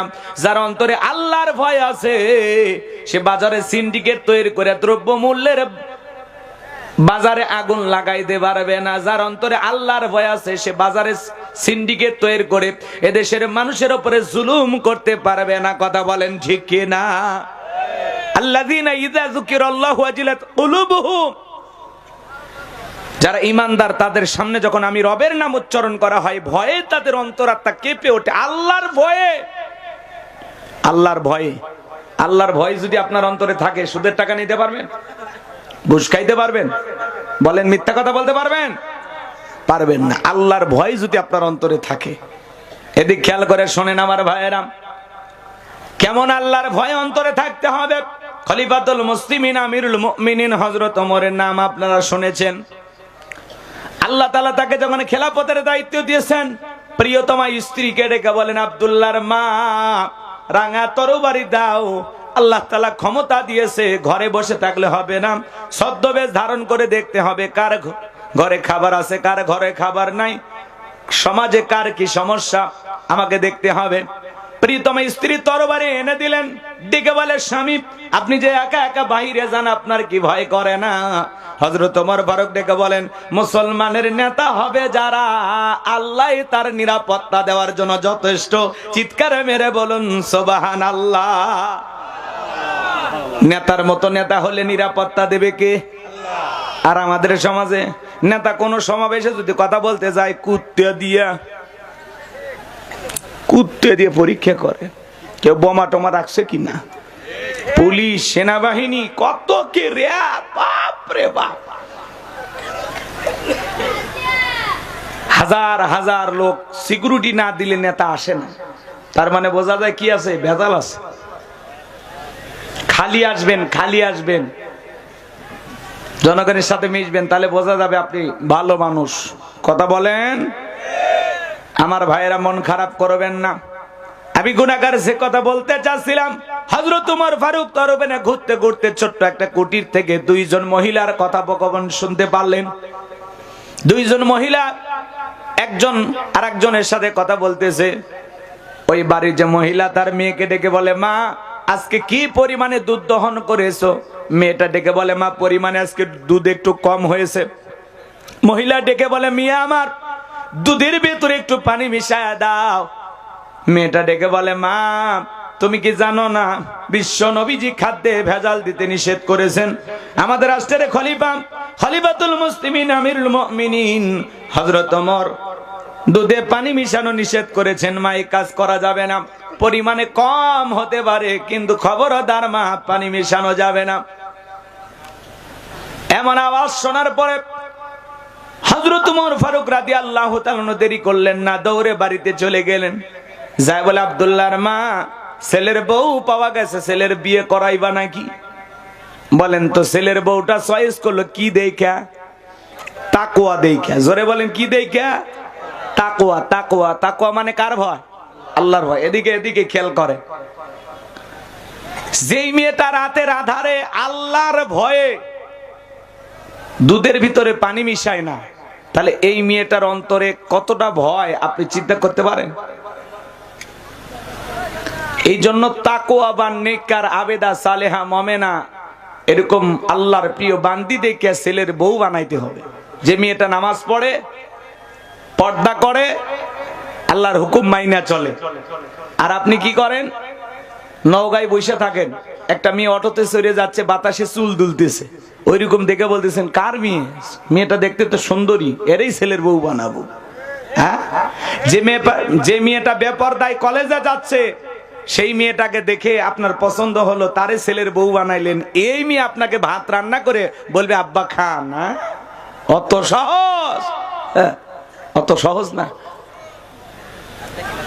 নেককার নামাজি আল্লাহওয়ালা এরকম পর্দা করে এরকম একটা মেয়ে ছেলের বউ যদি বানাইতে পারেন, যে মেয়ে জবান দিয়ে কোরআন তেলাওয়াত করবে, ওই মেয়ে জবান দিয়ে কখনো শ্বশুর শাশুড়িকে গালি দেবে না। কথা বলে ঠিক কিনা? নেককার দরকার, আল্লাহওয়ালা দরকার, হাফেজা আলেমা দরকার। তাহলে আপনার ছেলেও ভালো থাকবে, আপনার পুরো পরিবারকে সে দেখে রাখবে। কথা বলেন, কথা বলেন। আর আপনি যেমন তেমন বউ চয়েস করে নিয়ে আসেন। অনেক বাবা আছে যৌতুকের টাকা পাইলে ছেলের বউ দেখতে অসুন্দর হইলে সমস্যা নাই, টাকা দিছে ওইটা দিয়ে সুন্দর হয়ে গেছে। কথা কয় না, কথা কয় না, আছে না নাই? মন খারাপ করবেন না আমার ভাইয়েরাম। আমি গুনাহগার যে কথা বলতে চাচ্ছিলাম, তাহলে খলিফাতুল মুসলিমিন আমিরুল মুমিনিন হযরত ওমর ফারুক ছেলের বউ চয়েস করলো তাকওয়া দেইখা। আপনাকে আমাকেও ছেলের বউ চয়েস করতে হবে তাকওয়া দেইখা, যার অন্তরে আল্লাহর ভয় আছে। যেই মেয়ে আল্লাহর ভয়ে রাতের বেলায় দুধের ভিতরে পানি মিশাইতে পারে না, এমন নেককার মেয়ে যদি কারো পরিবারে ছেলের বউ হয়ে আসে, এই মেয়েগুলো কখনো শ্বশুর শাশুড়ির সাথে চোখ রাঙানি দেখা যাবে না, বাজে কথা বলবেন না, কখনো শ্বশুর শাশুড়িকে কষ্ট দেবে না। কথা বলেন ঠিক কিনা? তাহলে দুধে পানি মেশানো যাবে। আমার এলাকায় বহুদিন আগের কথা বাজান, বালতি ভরে ভরে মানুষ বাজারে দুধ বিক্রি করার জন্য আসতো। একজনের ওই বালতির ভিতরে ট্যাংরা মাছ ঘুরতেছে, ট্যাংরা মাছ, ছোটটা বোঝেনি, একেবারে ছোট। আচ্ছা বলেন তো, গাভীর বাঁধ দিয়ে কখনো ট্যাংরা মাছ বের হওয়ার পারে? হ্যাঁ, বোঝা যাচ্ছে খাল বিলের পানি মিশাইছে। কথা কন ঠিক কিনা? এরকম অনেক মানুষ আছে। বগুড়া শহরে এক দুধ ব্যবসায়ীর সাথে দেখা হয়ে গেল, লোকটা খুব চালাক। আমাকে বলতেছে, হুজুর বাসা বাড়িতে আমি বিভিন্ন জায়গায় দুধ বিক্রি করি, তো মানুষ গেলে কয় ভাই দুধে পানি মিশাইছেন। আমি তখন বলি না, আমি দুধে পানি মিশাই না, আমি আপডেট হয়ে গেছি হুজুর। কেমন? আমি এক বালতির ভিতরে পানি রাখি, পানি রেখে এর ভিতরে দুধটা ঢাইলে দিই। কথাকে বোঝেননি? তার মানে পানির ভিতরে আমি দুধ মিশাই, আমি দুধের ভিতরে পানি মিশাই না। কি শিয়ানা চিন্তা করছে। তো যারা সিটারি বাটপারি করে এরা কিন্তু বোঝে। একে জমির আল কাটিয়ে ফুলসিরাত বানাইছে। যদি বললেন ভাই এত কাটলেন, আরে খালি ঘাসের মাথা কাটছে। হ্যাঁ, খালি ঘাসের মাথা কাটছে। কথা কয় না? আপনি ঠেইলে জমি 1 বিঘাতে বাড়াইলেন, কিয়ামতের ময়দানে 7 তবক জমিন আল্লাহ গলাতে বেরি বানায় ঝোলায় দিবে। তোর লাগে কত নে? 3 বার হজ করে আসছে, ত্রিপল হাজি, এরপরে যা জমির আল কাটে, এমন কায়দায় কাটে। তাহলে এই জায়গায় যদি আল কেটে জমি বাড়াবার চায়, তো কি হজ করে আসছে আল্লাহ ভালো জানে। কথা কন? এরকম হাজি আপনাদের এলাকায় নাই? খবরদার, খাদ্যে ভেজাল দিবে না। বিশ্বনবী মদিনার বাজারে গেলেন, বিশাল খেজুরের স্তূপ। আল্লাহ রসুল খেজুর স্তূপের ভিতর দিয়ে হাত ঢুকায় দিলেন, ভিতর থেকে বের করলেন সব ভিজে খেজুর। আল্লাহ রসুল তখন ডেকে বলেন, সাহাবী এটা কি করলা? সাহাবী ডেকে বলেন, হুজুর আজকে মদিনার আকাশে বৃষ্টি হয়েছে। আল্লাহ রসুল বলেন, না আজকে তো বৃষ্টি হয়নি, মিথ্যা কথা কেন বলছো? ভালো করে বোঝার চেষ্টা করবেন। আল্লাহ রসুল বলেছেন খাদ্যে ভেজাল দেয়া যাবে। মাংগসা ফালাইসা মিন্নি, যারা আমার উম্মতের সাথে প্রতারণা করে, আমার উম্মতকে ধোঁকা দেয়, সে আমার দলভুক্ত নয়। হযরত ওমর ফারুক রাদিয়াল্লাহু তাআলা আনহু পথ চলতেছেন, হঠাৎ করে এক যুবকের সঙ্গে দেখা হয়ে গেল। যুবক সালাম দিলেন, আসসালামু আলাইকুম আমিরুল মুমিনিন খলিফাতুল মুসলিমিন। হযরত ওমর ফারুক সালামের জবাব দিয়ে বললেন, যুবক এত রাতের বেলায় কেন তুমি দাঁড়িয়ে আছো? যুবক ডেকে বলে, খলিফা, আল্লাহ খেলাফতের দায়িত্ব দেওয়ার পরে সারাটা জীবন তো মানুষের বাড়িতে ডিউটি করলেন, নিজের বাড়ির খবর রাখলেন না। হযরত ওমর ফারুক বলে, যুবক তুমি কি বলতে চাও? যুবক ডেকে বলে, খলিফা, আপনার বাড়িতে যা দেখবেন একটা রক্তাক্ত লাশ আছে, লাশের প্যাকেট আছে। হযরত ওমর ফারুক ডেকে বলে, যুবক তুমি এটা কেমন কথা বললে? যেই উমরের নাম শুনলে বাঘে ছাগলে এক ঘাটে পানি খায়। ওমর যেই রাস্তা দিয়ে যায় 40 দিন পর্যন্ত শয়তান ওই রাস্তা দিয়ে হাঁটে না। আর আমি ওমর রানিং খলিফা থাকা অবস্থায় আমার রাজ্যের ভিতরে একটা শিশুকে হত্যা করা হয়েছে, তুমি কি বলতে চাও? যুবক ডেকে বলে, খলিফা, আমি মিথ্যা কথা বলি নাই। বিশ্বাস না হলে আপনার বাড়ি থেকে তল্লাশি চালান। হযরত ওমর ফারুক বাড়িতে আসলেন, লোকজনকে ডেকে বললেন, পুরোটা বাড়ি সার্চ করো, তল্লাশি চালাও, দেখো তো কোনো লাশের প্যাকেট পাওয়া যায় কিনা। এইবার ওই যুবক আসার পথে বলেছিল, খলিফা, বাড়িতে আইসা যদি দেখেন লাশের প্যাকেটটা পেয়েছেন, তাহলে দেখবেন ওই লাশের প্যাকেটের ভেতরে ছোট্ট একটা চিরকুট লেখা আছে। এইবার ভাইয়েরা আমার, হযরত ওমর ফারুক লোকজনকে বলে দিলেন, তাড়াতাড়ি তল্লাশি চালাও, দেখো তো আমার বাড়ির কোথাও কোনো লাশের প্যাকেট আছে কিনা। খোঁজাখুঁজি করার পরে একটা রক্তাক্ত লাশের প্যাকেট নিয়ে সবাই হাজির হয়ে গেল। হযরত ওমর ফারুক ডেকে বলে, প্যাকেটটা খোলো তো দেখি। এইবার প্যাকেটটা যখন খোলা হলো, সবাই তাকা দেখে, আহারে, কে বা কারা যেন ছোট্ট একটা বাচ্চাকে হত্যা করে 1 নয় 2 নয় 12টা টুকরো করেছে। জোরে কন নাউজুবিল্লাহ, আর একটু জোরে বলেন নাউজুবিল্লাহ। হযরত ওমর ফারুক শক্ত মানুষ, দিলটা নরম হয়ে গেল, চোখের পানি পড়া শুরু হয়ে গেল, দু চোখ দিয়ে অশ্রু ঝরে। হযরত ওমর ফারুক এত শক্ত মানুষ, সেও কান্না করলেন আর ডেকে বলেন, আল্লাহ, কার হৃদয় এত বড় পাষাণ, কে এতবার নির্দয়া নিঠুর, এই ছোট্ট বাচ্চাকে হত্যা করে 12টা টুকরো করেছে। যতক্ষণ পর্যন্ত এই হত্যাকারীকে আমি না খুঁজে পাবো, যতক্ষণ পর্যন্ত এই শিশু হত্যাকাণ্ডের বিচার না করতে পারবো, ততক্ষণ পর্যন্ত আমি ওমর শান্ত হব না। বলুন আল্লাহু আকবার। এইবার ডেকে বলে, দেখো তো লাশের ভিতরে কোনো চিঠি পাওয়া যায় কিনা। লাশের প্যাকেট খোঁজার পর পাওয়া গেল একখানা চিরকুট। ওই চিরকুটের ভেতরে 2 লাইন কথা লেখা আছে। তাহলে চিন্তা করেন বাজান, হযরত ওমরের জামানায় ছোট্ট একটা শিশুকে হত্যা করে 12 টুকরো করা হয়েছে। লাশটা পাওয়া গেছে, লাশের ভিতরে একটা চিঠি পাওয়া গেছে। আমি কি পুরো ঘটনাটা আপনাদেরকে শোনাবো? কারা কারা শুনবেন একটু 2 হাত তুলে দেখান। লিল্লাহি তাকবীর, লিল্লাহি তাকবীর। আজকে সমাজে অলিতে গলিতে হত্যাকাণ্ডের ঘটনা ঘটে, কিন্তু বাজান বিচার পাওয়া যায় না। 3 মাস 6 মাস মানববন্ধন করা হয়, মানববন্ধন করা হয়, রাস্তাঘাটে দাঁড়ায় চিৎকার মেরে মানববন্ধন করা লাগে, পেপার মিডিয়াতে নিউজ প্রচার হয়, তারপরে নেতাদের কানে যায়, তারপরে বলে বিষয়টা ভেবে দেখতেছি। এতদিন ঘুমাইছে। বাংলাদেশের অলিতে গলিতে হত্যাকাণ্ডের ঘটনা ঘটে, ধান কেটে পাট কেটে এখানে সেখানে রেল লাইনে বিভিন্ন জায়গায় লাশ পাওয়া যায়, কিন্তু কারা হত্যা করলো, কেন হত্যা করলো, কোনো কিছুই খুঁজে পাওয়া যায় না। যদি আল্লাহর আইন দিয়া এদেশে হত্যাকাণ্ডের বিচার করা হতো, তাহলে এই দেশে এইভাবে অলিতে গলিতে লাশ পাওয়া যেত না। এই জমিনে শান্তি ফিরে আসবে সেই দিন, আল্লাহর কোরআন দিয়ে জমিনটা চলবে যেই দিন। কথা বলেন ঠিক কিনা? রাগ করেন, রাগ করেন। তাকওয়া, আল্লাহর ভয় যার অন্তরে থাকবে, তার পিটায়ও গুনাহ করানো সম্ভব নয়। এই জন্য ভাইয়েরা আমার, দিলটা নরম করে কথাগুলো শুনে যান।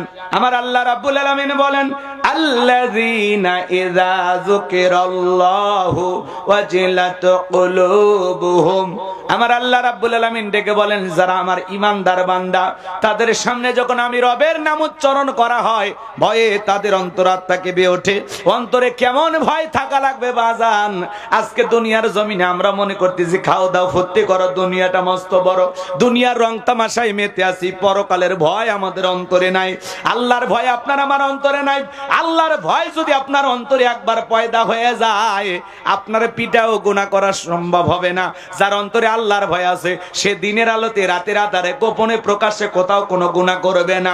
ইন্নাল্লাহা লাতীফুন খবীর, গোপন প্রকাশের সব খবর আছে একমাত্র কার কাছে?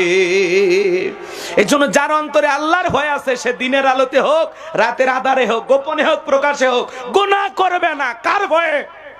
আপনি যে জায়গায় দাঁড়িয়ে গুনাহ করছেন একবার চিন্তা করেন, কেউ না দেখলে একজন দেখতেছেন, তিনি কে? আল্লাহর ভয় আপনার আমার ভিতরে নাই। দেখেন নবীর স্ত্রী আম্মা জান খাদিজাতুল কুবরা রাদিয়াল্লাহু তাআলা আনহা, তার অন্তরে কেমন ভয়, আল্লাহর ভয়টা কেমন দেখেন, এদিকে খেয়াল করেন। তিনি বাড়িতে অঝরে চোখের পানি ছেড়ে দিয়ে কান্না করতেছেন। আল্লাহর হাবিব মুহাম্মদ রাসূলুল্লাহ সাল্লাল্লাহু আলাইহি সাল্লাম ঘরের ভিতরে ঢুকে দেখেন আম্মা জান খাদিজার চোখে পানি। আল্লাহর হাবিব বলতেছেন, খাদিজা কেন তুমি কান্না করো, কি হয়েছে তোমার? আম্মা জান খাদিজা ডেকে বলে, ও আমার স্বামী, আমি কেন কান্না করি কিভাবে আপনাকে বুঝাবো? বেশ কয়েকদিন ধরে আমার অন্তরে ভয় এসেছে। মনে হয় দুনিয়ার জমিনে আমি বেশি দিন বাঁচবো না। আমার অন্তরে মৃত্যুর ভয় ঢুকে গেছে, পরকালের ভয় ঢুকে গেছে। আমি কবরে একা একা কেমনে থাকবো গো স্বামী, সেই ভয় আমার অন্তরে ঢুকে গেছে। আজকে যে আমার মৃত্যু হয়ে যায় আমার কি হবে, কি হবে, আমি এই টেনশনে কান্না করতেছি। নবীর স্ত্রী কবরের ভয়ে কান্না করে, আর আমরা মুসলমান সকালে লাশটা কবর দিয়ে বিকেল বেলা ওই এলাকায় যা পাতা ধার দেয়, ছাগলকে নিয়ে যা ঘাস খাওয়ায়, সকালে কবর দিয়া বিকেল বেলা ওই রাস্তাতে হেঁটে যায় গান বাজাইতে বাজাইতে। কথা বলেন ঠিক কিনা? সকালে কবর যায়, বিকেল বেলা যায় ওইখানে তাস খেলে, জুয়া খেলে। কথা বলে ভয় নাই, ভয় নাই। আজকে মানুষের অন্তরে ভয় উঠে গেছে। যেদিন আপনি মারা যাবেন সেই দিনও মানুষ কিন্তু খাবার খাবে, সেই দিনও মানুষ ভাত খাবে। যেদিন আপনি মারা যাবেন সেই দিন আপনার স্ত্রী সন্তান খাবার খাবে। মানুষজন বাহিরের মানুষ রান্না করে খাবার নিয়ে এসে বলবে, এভাবে ভেঙে পড়বেন না। কারো স্বামী চিরকাল বেঁচে থাকে না, কারো মা বাবা চিরকাল বেঁচে থাকে না। খাবার খাও, উল্টারও বেশি খাওয়াবে, বিভিন্ন মানুষ নিয়ে এসে খাওয়াবে, বলে না খাইলে শরীরটা খারাপ হয়ে যাবে। আপনি যেদিন মারা যাবেন সেই দিন আপনার বাড়ির লোকজন খাবার খাবে। এ যুবক, আল্লাহর ভয় অন্তরে ঢোকাও। তুমি আমি ঘুমের মধ্যে চলে যায়, এই ঘুম ভাঙলে সকাল, না ভাঙলে পরকাল। এই ঘুম যদি আর কোনোদিন না ভাঙে, আগের মতো সূর্য উঠবে, আগের মতো মানুষ চলাফেরা করবে, আগের মতো মানুষ খাওয়া দাওয়া করবে, তোমার জন্য পৃথিবীর কোনো কিছুই থেমে থাকবে না। কথা বলেন ঠিক কি না? আম্মা জান খাদিজা ডেকে বলেন, নবী আমি আজ হোক কাল হোক মৃত্যুবরণ করব, কেন জানি বারবার অন্তরে মৃত্যুর ভয় এসে ধরা দেয়। কেন জানি বারবার কবরের কথা আমার মনে হয়। ও স্বামী, আমি আপনার কাছে তিনটা জিনিস চাই, স্বামী আপনি দেবেন কিনা বলেন। নবী আমার ডেকে বলে, খাদিজা, মক্কা নগরীতে যখন মানুষ আমাকে খুব বেশি মূল্যায়ন করত, কিন্তু ইতিম বলে যখন অনেকে অবজ্ঞা অবহেলা করেছিল, ও খাদিজা, তুমি একটা বিশিষ্ট ব্যবসায়ী হওয়ার পরে, এত সম্ভ্রান্ত ভদ্র ফ্যামিলির মানুষ তুমি, ও খাদিজা, আমি এতিম আব্দুল্লাহর বেটা মোহাম্মদকে তুমি ভালোবাসো, তোমার স্বামী বানাইছো, তোমার ধন দৌলত যা ছিল সব আমারে দিয়েছো, সারাটা জীবন কোনোদিন কোনো কিছু আমার কাছে চাও নাই, আজকে তুমি আমার কাছে তিনটা জিনিস চাইতেছো। কথা দিলাম খাদিজা, যতটুকু আমার সাধ্য আছে সবটুকু দিয়ে আমি তোমার চাওয়াগুলো পূরণ করে দেব। আম্মাজান খাদিজা বলে, ও নবী, আমি দুনিয়ার কোনো পার্থিব সম্পদ আপনার কাছে চাবো না, আমি আপনার কাছে সেই তিনটা জিনিস চাইবো। আমি যেদিন মারা যাব, আপনি যেই জুব্বা নিয়ে মেরাজ করতে গেছিলেন নবী গো, ওই জুব্বাটা দিয়ে আমার কাফনের কাপড় বানাইয়া দিবেন। ও নবী, আমি যখন মারা যাব আপনি নিজে জানাজার নামাজের ইমামতি করবেন, লাশটা কবরে রাখার আগে আপনি কবরে গড়াগড়ি দিবেন। 3 নাম্বার, যতক্ষণ পর্যন্ত কবরের সলজব না হবে নবী গো, ততক্ষণ পর্যন্ত আপনি আমার কবর থেকে সরবেন না। আম্মা জান খাদিজাতুল কুবরা এমন একজন ভাগ্যবতী রমণী, যেই নারীকে আল্লাহ তাআলা নিজে সালাম পাঠিয়েছেন। জিবরাইল একদিন আসলেন, এসে ডেকে বলে নবী গো, খাদিজাতুল কুবরা রাদিয়াল্লাহু তাআলা আনহাকে আমার আল্লাহ সালাম পাঠিয়েছেন। খাদিজা এই কথা শোনার পরে অজরে চোখের পানি ছেড়ে দিয়ে কান্না করলেন। নবী আমার ডেকে বলে, খাদিজা এত কান্না কেন করো? বলে, আমার মতো সামান্য একজন বান্দিকে আসমানের মালিক আল্লাহ সালাম পাঠিয়েছে, আল্লাহর সালামের জবাব কিভাবে দিতে হয় আমি জানি না। নবী গো, আপনি আমার পক্ষ হয়ে আমার আল্লাহর সালামের জবাব দিয়ে দেন। চিৎকার মেরে বলুন সুবহানাল্লাহ। সেই আম্মা জানা খাদিজা কবরের ভয়ে কান্নাকাটি করতেছেন বাজার। তাহলে আপনার আমার অন্তরেও কবরের ভয় থাকার দরকার আছে না নাই? পরকাল জীবনের ভয় থাকার দরকার আছে না নাই? বাল তুসিরুনাল হায়াতাদ দুনিয়া ওয়াল আখিরাতু খায়রু ওয়া আবকা। তোমরা দুনিয়ার জীবনকে প্রাধান্য দিচ্ছ, অথচ আখিরাতের জিন্দেগি হলো চিরস্থায়ী। যেই জীবনের শুরু আছে শেষ নাই, সেই পরকালের জিন্দেগির জন্য নেক আমল করার দরকার আছে না নাই? আমার ভাইয়েরা, যে কথা বলতে চাচ্ছিলাম দিল দিয়া কথাগুলো শুনে যান। আম্মা জান খাদিজাতুল কুবরা রাদিয়াল্লাহু তাআলা আনহা ইন্তেকাল করলেন। ইন্না লিল্লাহি ওয়া ইন্না ইলাইহি রাজিউন। নবী আমার তার মেয়ে ফাতেমাকে ডেকে বলে, মা তুমি তোমার মাকে গোসল করায়া দাও। হযরতে ফাতেমা গোসল করায়া দিলেন, রাসূলের জুব্বা দিয়ে কাফনের কাপড় বানিয়ে দিলেন। নবী আমার নিজের জানাজার ইমামতি করলেন। কবরে লাশটা রাখার আগে গড়াগড়ি দিলেন। কবরে মাটি দেওয়ার পরে সাহাবায়ে কেরাম ডেকে বলে, নবী আপনি কি যাবেন না? নবী আমার ডেকে বলে, না না, আমি আমার খাদিজার কাছে ওয়াদা দিয়েছি, তোমরা চলে যাও। সাহাবায়ে কেরাম চলে গেলেন। অনেকটা সময় অতিবাহিত হয়ে গেল। আসমান থেকে জিবরাইল এসে বলে, নবী কেন খাদিজার কবরের পাশে আপনি দাঁড়িয়ে আছেন? নবী আমার ডেকে বলে, জিবরাইল আমি আমার খাদিজার কাছে ওয়াদা দিয়েছি, যতক্ষণ না খাদিজার কবরের সলজব না হবে ততক্ষণ পর্যন্ত আমি এখান থেকে সরব না। কেন জানি আজকে আসমান থেকে কোনো ফেরেশতা খাদিজার কবরের সলজব নেওয়ার জন্য আসে না, কারণটা কি তো বুঝলাম না। জিবরাইল বলে, নবী যেদিন খাদিজা কবরের সলজবের ভয়ে অজরে চোখের পানি ছেড়ে দিয়া কান্না করেছিলেন, আল্লাহ তাআলা সেই দিনই খাদিজার কবরের সলজব কবুল করে নিয়েছেন। আমার আল্লাহ আমাকে জানিয়ে দিয়েছেন, খাদিজার কবরে কোনো ফেরেশতা আসবে না, কবরের সলজব নেওয়ার জন্য প্রশ্ন করবে না। আমার আল্লাহ তাআলা খাদিজার কবরের সলজবকে কবুল করেছেন, বলুন সুবহানাল্লাহ। নবীর স্ত্রী হয়ে যদি কবরকে ভয় করে, ও নওগাঁর মা বোনেরা চিন্তা করো মা, খাদিজার মতো তো তোমার আমল নাই। চিন্তা করো মা, নবীর ঘরে বসবাস করে সেই মানুষটা যদি কবরের ভয় করে, কবরের সলজবের ভয় করে, মা তোমার অন্তরে কবরের ভয় থাকার দরকার আছে না না? আমার ভাইরা দিল দিয়ে কথাগুলো বোঝার চেষ্টা করবেন। আল্লাহ রাব্বুল আলামিন বলেন, আল্লাযীনা ইযা যুকিরাল্লাহু ওয়াজিলাত কুলুবুহুম। যারা ঈমানদার তাদের সামনে যখন আমি রবের নাম উচ্চারণ করা হয়, ভয়ে তাদের অন্তরাত্মা কেঁপে ওঠে। যার অন্তরে আল্লাহর ভয় আছে, অন্তরে আল্লাহর ভয় দিয়ে ভরা আছে, ওই মানুষ মিথ্যা কথা বলবে না, সুদ খাবে না, ঘুষ খাবে না, মাতা পিতাকে কষ্ট দেবে না, স্ত্রীর হক নষ্ট করবে না, প্রতিবেশীকে কষ্ট দিবে না, আত্মীয় স্বজনের হক নষ্ট করবে না, সেই লোক কখনো মানুষকে গালমন্দ করবে না।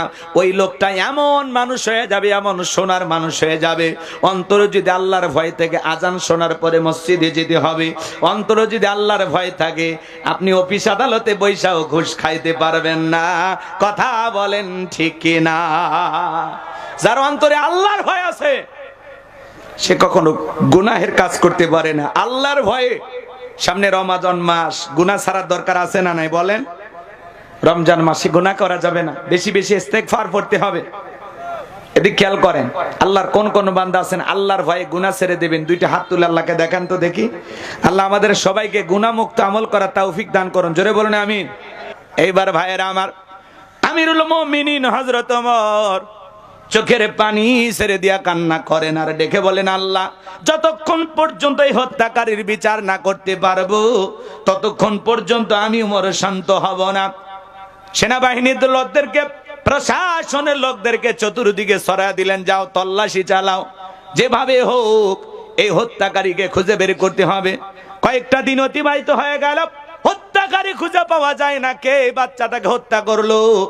হযরত ওমর ফারুক কোথাও যখন খুঁজে পায় না, ওই চিঠির ভিতরে দুইটা কথা লেখা আছে। এক নাম্বার হলো কোরআনুল কারীমের সূরা মায়দার 44 নম্বর আয়াতের শেষের অংশ, ওয়া মাল্লাম ইয়াহকুম বিমা আনজালাল্লাহু ফাউলাইকা হুমুল কাফিরুন।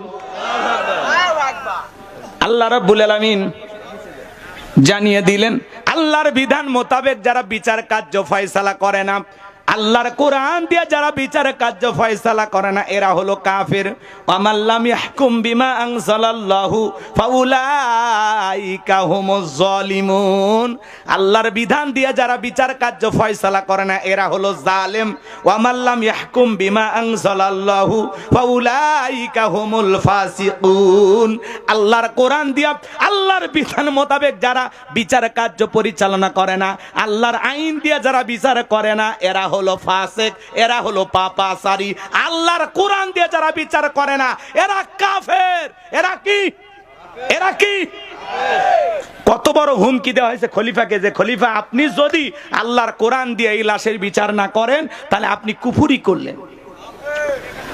চিঠির 2 নাম্বার লাইনে লেখা আছে, খলিফা কোথাও যদি আসামি খুঁজে না পান, আপনার বাড়ির দাসীকে জিজ্ঞাসা করবেন, সে হত্যাকাণ্ড সম্পর্কে সামান্য হলে আপনাকে তথ্য দিতে পারবে। হযরত ওমর ফারুক এইবার দাসীকে রিমান্ডে নিলেন। ও দাসী, এই লাশের প্যাকেট সম্পর্কে তুমি কি জানো? কে এই সন্তানটাকে হত্যা করেছে? কেনই বা তাকে 12 টুকরা করা হলো, তুমি কি জানো? দাসী ডেকে বলে, খলিফা আমি তেমন কিছু জানি না।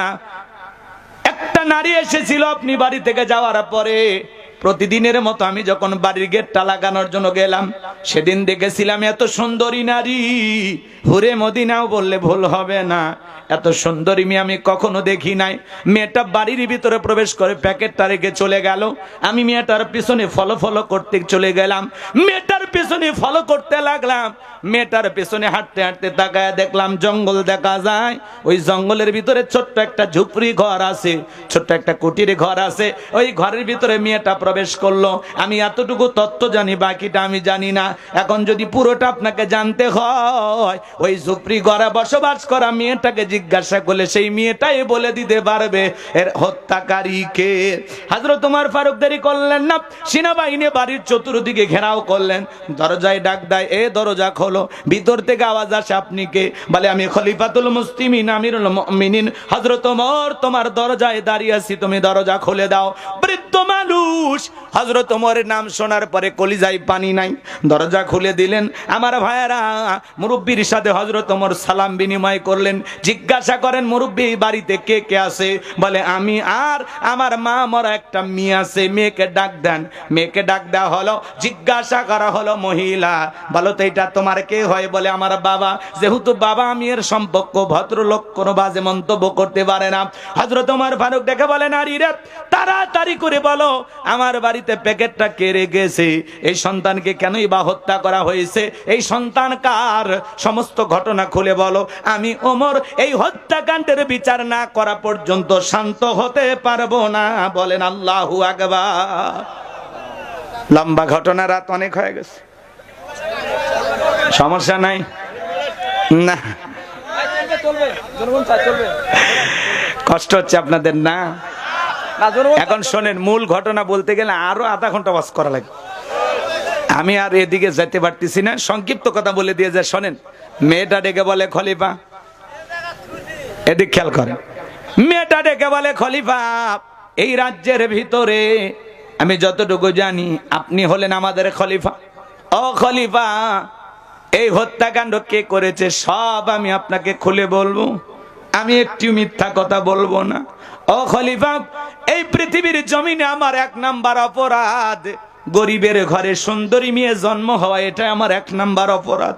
দেখবেন গরিবের ঘরে যদি সুন্দরী মেয়ে হয়, এলাকার দুষ্ট পোলাপান ইপটিজিং করে, বাঁকা নজরে তাকায়, কথা বলেন না কেন? এরকম হয় কিনা বলেন? গরিব মানুষ শাসন করতে পারে না, প্রতিবাদ করতে পারে না, এজন্য বকাটা ছেলেগুলো বাজে নজরে তাকায়, বাজে নজরে তাকায়। আমার মা বোন যারা বস শুনতেছেন, মা, আমার এক বন্ধু চাকরি করে একটি মাদ্রাসায়, ডেকে বলে, ভাই আমার, আমি হঠাৎ করে দেখলাম কিছু কলেজ যাওয়া মেয়ে, যতটুকু আমি জানি মেয়েগুলোর পরিচয়, মেয়েগুলো হলো হিন্দু।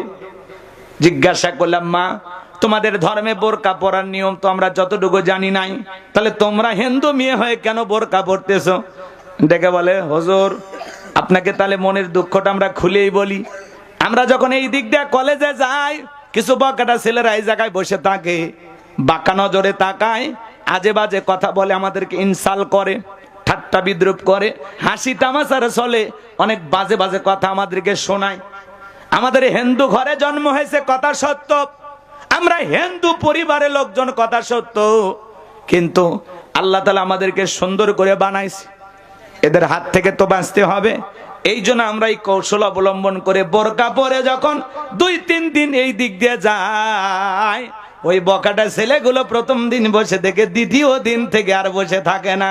তার মানে বোরকা পরে যদি মা বোনেরা চলাফেরা করে, দুষ্ট লোকেরা রাস্তায় চোখ খুলে বসে থাকবে, নারীরা যদি বেপরদায় চলাফেরা না করে, ওর দেখে স্বাদ মেটানোর জিনিস পাবে না। ও যে দেখবে, কি দেখবে? নারীরা সব বোরকা পরছে আর দেখা যায়। এই জন্য মা বোনদেরকে বলো, মা, একটা হিন্দু মেয়ে বোরকা পরে তার সতীত্বের হেফাজত করতেছে, যারা তাতে বাঁকা চোখে আমার দিকে কেউ না তাকায়। কি বুঝলেন মা? কি বুঝলেন? তাহলে আপনাকে বোরকা পরে বাহিরে যাওয়ার দরকার আছে না নাই? আল্লাহ যেন মা বোনদের হেদায়েত দান করেন, জোরে বলেন আমিন। বউকে বোরকা পরাবেন, পর্দা করাবেন, আপনার দায়িত্ব আছে। হেলাই খেলায় সময় নষ্ট করবেন না। আপনার বউয়ের ইজ্জতের জিম্মাদার আপনি, আপনার দায়িত্ব আপনার বউকে পর্দায় রাখা, তার পা থেকে মাথা পর্যন্ত সম্পূর্ণ দায়িত্ব আপনার। আপনার বউকে যদি বেপরদায় 10,000 পুরুষ মানুষ দেখে, এর যা গুনাহ আপনার আমলনামায় লেখা হবে, কথা বলে ঠিক কিনা? আপনার বউকে যদি বেপরদায় 10 লাখ মানুষ দেখে, এর গুনার ভার আপনাকে বহন করতে হবে। আমি চাই আমার বউকে বেপরদায় একজন পুরুষও যেন না দেখে, কথা বলেন ঠিক কিনা? কে রাজি আছেন? আল্লাহ যেন আমাদের হেদায়েত দান করেন, একটু জোরে বলেন আমিন। আমার ভাইয়েরা, মেয়েটা ডেকে বলে, খলিফা, গরিবের ঘরে আমি সুন্দরী মেয়েটা আমার 1 নাম্বার অপরাধ। ও খলিফা, আমি প্রতিদিন যখন জঙ্গলে খড়কুটো আনতে যাইতাম, খড়ি লাকড়ি সংগ্রহ করতে যাইতাম, ওই ছেলেরা মাঝে মাঝে দেখতো আমাকে, বাঁকা চোখে তাকাইতো, আজে বাজে কথা বলতো, আমি কোনো কিছু মনে নিতাম না। আমি খড়ি নিয়ে আসতাম, প্রতিদিন খড়ি নিয়ে আসতাম। হঠাৎ করে একদিন ওই ছেলেগুলো ওত পেতে লুকিয়েছিল, আমি জানতাম না। ওরা পশুর মতো আমার শরীরের উপরে ঝাঁপিয়ে পড়লো, ওরা আমার সতীত্ব নষ্ট করলো। আমি বাড়িতে ফিরে আসলাম, মনে দুঃখ, কষ্ট, রাগ, ক্ষোভ, ঘৃণা নিয়ে আমি বাহিরে বের হতে পারলাম না। আস্তে আস্তে আমি বুঝতে পারলাম আমি গর্ভবতী হয়েছি। সন্তানটা পেটের ভিতরে আস্তে আস্তে বড় হতে লাগলো। একটা সময় আমি সন্তানটাকে প্রসব করলাম, সন্তানের মা আমি হলাম। সন্তান যখন কিছুদিন বয়স হয়ে গেল, এমন একটা অবস্থা হয়ে গেছে, আমার বাবাও বৃদ্ধ মানুষ, বাহিরে যেতে পারে না, কোনো খাবারের ব্যবস্থা নাই, আমার স্তনের দুধ পর্যন্ত শুকিয়ে গেছে। সন্তানকে কি খাওয়াবো? সন্তান যখন চিল্লা পাল্লা করতেছে, এত কান্না করতেছে, সন্তানের কান্না আমার আর সহ্য হলো না। আমি মানসিকভাবে পাগল হয়ে গেলাম। হাতের কাছে ধারালো একটা অস্ত্র দিয়া কোপাইতে কোপাইতে সন্তানটা কখন যে 12 টুকরো করে ফেলেছে আমি নিজেও জানি না। কিছুক্ষণ পরে তাকায় দেখি চোখের সামনে দিয়ে রক্ত গড়ে গড়ে যাইতেছে। হাতের দিকে তাকায় দেখি আমার সন্তানকে আমি নিজের হাতে হত্যা করেছি। ও খলিফা, আমি তখন বুঝতে পারলাম ওরা আমাকে ধর্ষণ করেছে, যার কারণে আমি সন্তানটাকে জন্ম দিয়েছি। এই সন্তানটার তো কোনো অপরাধ ছিল না, তাকে হত্যা করে আমি অনেক বড় একটা অপরাধ করলাম। তখন আমার বিবেক জাগ্রত হয়ে গেল। পরকালে আল্লাহর আদালতে আমার বিচার হয়ে গেলে জাহান্নাম ছাড়া কোনো উপায় হবে না। ও খলিফা, আমি চাই আমার এই হত্যাকাণ্ডের বিচার দুনিয়াতে হোক, যারা আমাকে ধর্ষণ করেছে তারও বিচার দুনিয়ার আদালতে হোক। যাই হোক বাজান, এখানে আরো কথা আছে, আমি আর সামনের দিকে নেব না। আল্লাহর কোরআন মোতাবেক বিচার করা হয়েছে। এই জমিনে যদি আল্লাহর বিধান মোতাবেক বিচার করা হয়, চুরি, ধর্ষণ, টেন্ডারবাজি, খুন সব বন্ধ হয়ে যাবে। আল্লাহর কোরআন আইন দিয়েছেন, ওয়াস-সারিকু ওয়াস-সারিকাতু ফাকতুউ আইদিয়াহুমা জাযাম বিমা কাসাবা নাকালাম মিনাল্লাহ। সূরা মায়েদার 38 নম্বর আয়াতে আল্লাহ 1500 বছর আগে আইন দিয়েছেন, চোর পুরুষ হোক আর নারী হোক, আল্লাহর বিধান, আল্লাহর ফয়সালা। একটা চোরের হাত যদি কেটে দেওয়া হয়, বাইতুল মোকাররমের সামনে নিয়ে এসে মিডিয়ার মাধ্যমে প্রচার করা হয়, বাংলাদেশের সমস্ত চোরেরা তওবা করে আল্লাহর ওলি হয়ে যাবে। জিনাকারী নারী পুরুষের বিচার আল্লাহর কোরআন দিয়ে যদি করা হয়, বাংলাদেশে আল্লাহর আইন দিয়ে একটা জিনাকারী নারী পুরুষের বিচার করা হলে, এই ভিডিও মিডিয়াতে প্রচার করা হলে, যুবকেরা বাঁকা চোখে তাকানোর দূরের কথা, ইফটিজিং দূরের কথা, মাঝে মাঝে যুবকদের স্বপ্নদোষ বন্ধ হয়ে যেত। আল্লাহর আইন ছাড়াই জমিনের শান্তি আসবে না। আল্লাহর আইন কারা কারা চান শেষবারের মতো হাত তুলে দেখান। আল্লাহ এই জমিনকে কোরআন আর ইসলামের জন্য কবুল করে নেন, জোরে বলেন আমিন। আলহামদুলিল্লাহি রাব্বিল আলামিন। সকলে দরুদ ইব্রাহিম পড়ুন। আল্লাহুম্মা সাল্লি আলা মুহাম্মদ ওয়া আলা মুহাম্মদ কামা সাল্লাইতা আলা ইব্রাহিম ওয়া আলা আলি ইব্রাহিম ইন্নাকা হামিদুম মাজিদ। আল্লাহুম্মা বারিক আলা মুহাম্মদ ওয়া আলা মুহাম্মদ কামা বারাকতা আলা ইব্রাহিম ওয়া আলা আলি ইব্রাহিম ইন্নাকা হামিদুম মাজিদ। আল্লাহুম্মা আমিন। রব্বানা যালামনা আনফুসানা ওয়া ইল্লাম তাগফির লানা ওয়া তারহামনা লানাকুনান্না মিনাল খাসিরিন। ঐতিহাসিক তাফসীরুল কোরআন মাহফিল শ্রীরামপুর সর্দার পাড়া আল্লাহ জামে মসজিদ কমিটি কর্তৃক আয়োজিত আজকের মাহফিলের সভাপতি জনাব মোহাম্মদ শফিকুল ইসলাম বাবুল চৌধুরী সাহেবকে কবুল করেন। প্রধান অতিথি জনাব মোহাম্মদ রাসেল হোসাইনকে কবুল করেন। বিশেষ অতিথি গণ্যমান্য ব্যক্তিবর্গ যাদের নাম আছে কবুল করেন। আলোচনা করেছেন হাফেজ কারি হযরত মাওলানা আব্দুল আহমেদ কারি, মাওলানা মোহাম্মদ গোলাম রব্বানী আমার বন্ধু। আল্লাহ আমার প্রিয় ভাইয়ের কণ্ঠকে দিনের জন্য কবুল করে নাও রব্বুল আলামিন। মাগরিব থেকে পর্যন্ত যত উলামা ইকরাম কথা বলেছেন কবুল করো। দূর দূরান্ত থেকে যত নারী পুরুষ ছুটে এসেছেন কোরআনের কথাগুলো শোনার জন্য, সবাইকে নিরাপদে বাড়ি পর্যন্ত পৌঁছার তৌফিক দান করুন। সবাইকে আপনার রহমতের চাদরে আবৃত করুন। আল্লাহ আমাদের জানা অজানা ছোট বড় গোপন প্রকাশের তামাম জিন্দিগির গুনাহগুলো মাফ করে দাও। আল্লাহ আমাদের সকলের তামাম জিন্দিগির গুনাহগুলো মাফ করে দাও। ওই কঠিন জাহান্নামের আগুন থেকে আমাদের মুক্তি দাও। আজকের মাহফিলে নগদে বাকি দেব যত মানুষ টাকা পয়সা দান করেছে আল্লাহ কবুল করে নাও। আশরাফুল ভাই পিতার জন্য দোয়া চেয়ে 1000 টাকা দিয়েছেন, আল্লাহ কবুল করেন। অনেকে দোয়া চেয়েছেন নাম না জানা অনেকেই, আল্লাহ তাআলা প্রধান অতিথি 50,000 টাকার মতো প্রায় দিয়েছে। আল্লাহ আল্লাহ তোমার গোলামের দানগুলো তুমি কবুল করো। যে বাড়িতে খানা খাইলাম বসলাম, ওই বাড়ির উপর খাস রহমত বরকত নাজিল করো। যারা কষ্ট করে যোগাযোগ করে আমাকে দাওয়াত দিয়েছেন তাদের হায়াত বাড়ায়া দেন। প্রত্যেকটা যুবকের ঈমান খালিদ বিন ওলীদের মতো বানায়া দেন, আমির হামজার মতো বানায়া দেন। আগামী বছর আরো বড় পরিসরে মাহফিলটাকে সাজানোর তৌফিক দিয়ে দেন। আল্লাহ সামনে রমাদান মাস, আমাদের সবাইকে রমজান মাসের সিয়াম সঠিকভাবে পালন করার তৌফিক দাও। আল্লাহ সিয়ামুল লাইল, কিয়ামুল লাইল সঠিকভাবে যেন আমরা করতে পারি, আল্লাহ তুমি তৌফিক দিও। আল্লাহ সারা দিন রোজা থেকে আমরা যেন মিথ্যা কথা না বলি। আল্লাহ রোজা থেকে আমরা ঝগড়া যেন না করি। আল্লাহ আমার মা বোন থেকেও রোজা রাখার তৌফিক দাও, নামাজি বানায় দাও, পর্দা করার তৌফিক দাও। আল্লাহ এই মাহফিলকে কাল কিয়ামত পর্যন্ত কবুল করে না। আল্লাহ তাআলা, আমি গুনাহগার যত কত কথা বলেছি, এর মধ্যে একটি কথা হলেও আমাদের ঘর পর্যন্ত আমলের নিয়তে নিয়ে যাওয়ার তৌফিক দাও। আমার ড্রাইভার হারুন ভাই, সাদিক ভাই, আব্দুর রহিম ভাইকে আল্লাহ কবুল করে নাও, মিডিয়ার ভাইদেরকে আল্লাহ কবুল করে নাও। আল্লাহ তাআলা, আমরা যারা হাত তুলে ধরেছি মালিক, অনেকের মা নাই, বাবা নাই, কবরে চলে গেছে, মা বাবার কবরে আর সবটুকু পৌঁছায় দাও। আদরের আব্বা আম্মার কবর জান্নাতের বাগান বানায় দাও। রব্বির হামহুমা কামা রব্বায়ানি সগীরা, ওয়া রব্বির হামহুমা কামা রব্বায়ানি সগীরা। পিতামাতা যাদের বেঁচে আছে হায়াত বাড়ায় দাও। পিতামাতার খেদমত করে তাদের মুখে হাসি ফোটায় জান্নাত অর্জন করা তৌফিক দিয়া দাও। পাড়া প্রতিবেশী যারা কবরে চলে গেছে মাফ করে দাও, তাদের কবরে জান্নাতের বাগান বানায় দাও। আল্লাহ তামাম পৃথিবীর মুসলিম উম্মাহকে হেফাজত করো, ফিলিস্তিনি মুসলমানদের বিজয় দাও। বাংলাদেশের মসজিদ মাদ্রাসা কবুল করো, হক্কানি ওলামা ইকরামদের কবুল করো। দেশি বিদেশি সকল ষড়যন্ত্রের হাত থেকে আমাদের প্রিয় মাতৃভূমি বাংলাদেশকে আল্লাহ হেফাজত করো। আল্লাহ এই দেশের উপরে খাস রহমত বরকত নাজিল করো। হিংসা বিদ্বেষ ভুলে মিলেমিশে বসবাস করা তৌফিক দাও। আল্লাহ এই জমিন কোরআন আর ইসলামের জন্য কবুল করো। আল্লাহ সবাইকে 5 ওয়াক্ত নামাজি বানায় দাও। কোরআন সুন্নাহর সঠিক বুঝ দাও। কোরআন সুন্নাহর হেদায়েতের নূরে অন্তরগুলো আলোকিত করে দাও। মৃত্যুর সময় দয়ার নবীর চাঁদ মুখখানা দেখতে দেখতে আমাদের জবানে জারি করে দিও লা ইলাহা ইল্লাল্লাহু মুহাম্মাদুর রাসূলুল্লাহ সাল্লাল্লাহু আলাইহি ওয়াসাল্লাম। আসসালামু আলাইকুম ওয়া রাহমাতুল্লাহি ওয়া বারাকাতুহু।